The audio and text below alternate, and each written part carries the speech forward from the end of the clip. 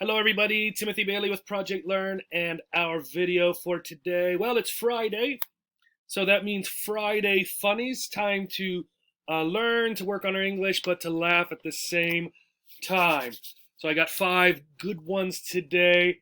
Are you ready? Let's go ahead and start. So here's the first one. I'd never let my children watch the orchestra. There's too much sax and violins. So this one, like many of the language humor that we look at, is about sort of related words or similar pronunciations. But let's start with the literal meaning from the beginning. So an orchestra is a large composition of musicians, okay? All kinds of musicians. So drums and trombones and probably a piano back here and flutes, right? A lot of them. Okay, so that's what an orchestra is. So if we continue on to the part in black here, then an orchestra would have, right, people playing the sax. That's what this is. This is short for saxophone. Saxophone is the longer name for this musical instrument. And people would be playing violins. Okay, so that makes sense. That's the literal sort of understanding of the words. So let's look at what they're saying. I'd never let my children watch the orchestra. Well, when you see that this is an orchestra, you know that doesn't really make sense. Why would someone be against music? Why would someone not let their child watch the orchestra? So we must guess that the humor is somehow related to the connection between this and this. And if we're thinking there's a change in pronunciation or a similar word, right, we might find it. And we're looking at sax and violins. And those sound sort of, when we say them quickly, when we say them with fluency, they sort of sound like this: sex and violence, right? If someone's speaking this and this quickly in a conversation, you might not be able to tell outside of the context, are they talking about this or this? Because they're not probably going to enunciate sax and violins, right? So the two sound the same. So this person, I'm not going to let my child watch the orchestra because of this: sex and violence. And this is the complaint that people have for a lot of modern movies. They have too much of this. Sort of a music humor right there. Right, that one was funny. Let's go on and try another one. Why was 2019 afraid of 2020? Because they had a fight in 2021. So we have 3 dates here. And let's start by imagining the first two sort of as living entities, people. So we have 2019. And 2019 is afraid of this other person, 2020. Okay. This one also has the traditional question and answer that jokes and puns often sort of have. So then we get for the answer here, because, which is the reason. Because always tells us some sort of a reason. It is a good transition word, a good clue word to pay attention to. So why is this situation true that 2019 is afraid of 2020? Because if we look at the next year, so these go in order, 19, 20, 21, 2021, when we say it, it sounds like, so again, pronunciation, it sounds like 2021 here.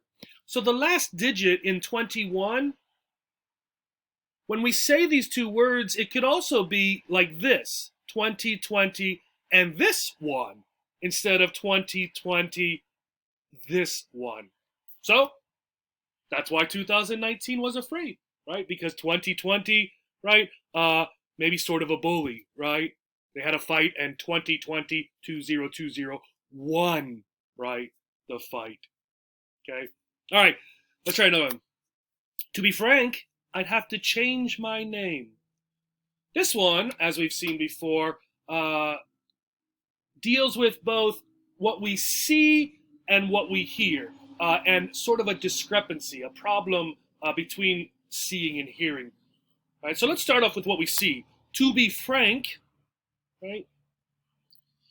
if you're confused by this phrase, that's a good clue for people learning a language, that the humor might somehow be in that phrase, right?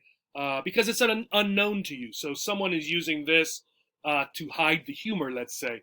So to be frank is an idiom, and it basically means to be honest or not hiding anything. It's a very old word. It came to mean this around the 1500s, right? So it's meant this idea for quite a long time. However, if we're closing our eyes and not reading to be frank, we could hear frank like this. Notice that there is a capital, a big F, and not a lowercase or small f. What does that usually tell us? Well, it tells us that now it is a proper noun. In fact, it is the name, a common male name, the name of a man. Okay? So if I wanted to be called this name, what would I have to do? Look at the rest of the sentence. I'd have to change my name. So to be frank, I'd have to change my name from Tim. Right? That's sort of what we're saying here.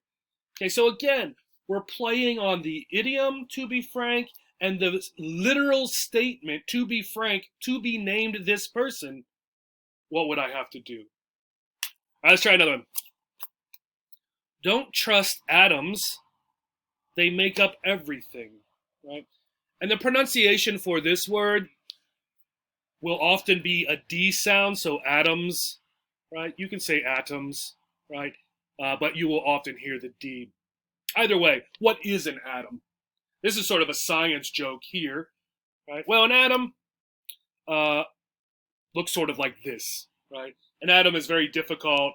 You can't take a picture of it because they're so almost infinitely small, right? You have to have very, very expensive and professional scientific equipment, right? It's not something we can really even hope to see just with our eyes. So an atom is the smallest building block of matter. Matter is all the things around us, my table, my computer, my coffee cup, me, right? Everything we can see, touch, and interact with is made up of atoms. So atoms are the smallest building blocks that sort of exist by themselves. They can come together to make molecules. Molecules are groups of atoms, right? So they're very small. Think of a brick that might build your house. Atoms are the smallest brick that we can use to build other things. Now, an atom, just like a brick, is made itself of even smaller things, right? But those other things really don't exist in the same way as an atom, okay? We're done with the science class. So don't trust atoms. They make up everything. Well, they make up everything here. That's what an atom does. That's what I told you, right? These little things that you see in the picture there make up all of the stuff around us, okay? But that's not funny, right? They make up everything. So the humor must somehow be in here in another way. Well, right, here's my definition. I forgot, right? The smallest particle of a substance that can exist by itself. So here's the definition of an atom. To make up everything, right? To make up also means to create a lie or an untruth, right? So the atoms literally make up everything that we can see, touch, whatever. But to make up is also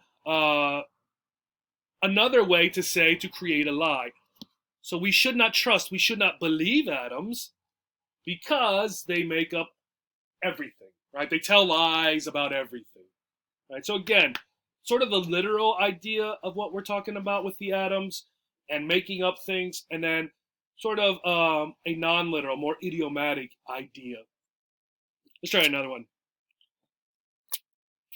My wife told me to take the spider out instead of killing it, right?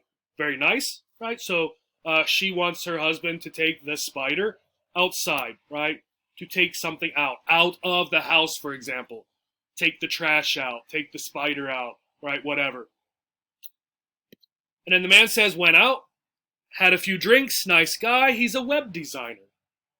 Here, as we've seen before, we're not just playing with the language, but we're playing with reality. we have one person who's existing, let's say in the real world, that we see every day, right?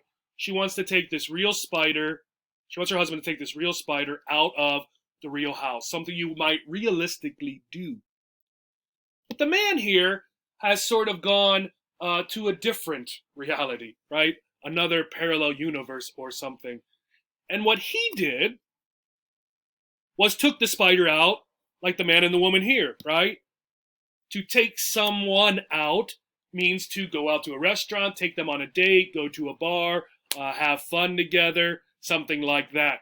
So he took the idea of taking something out of the house, such as the spider or the trash, and he used it instead to mean taking someone out, right? To take a coworker out, to take a friend out, right? For a good time. So again, not just a twist in language here, but really a twist in realities. The two people, the husband and wife, sort of looking at reality in two different ways. Here are a couple links that have more puns. This one is where I got the ones we looked at today. I hope they were funny. I hope they were a great way to start off your weekend. Have a great weekend and keep laughing.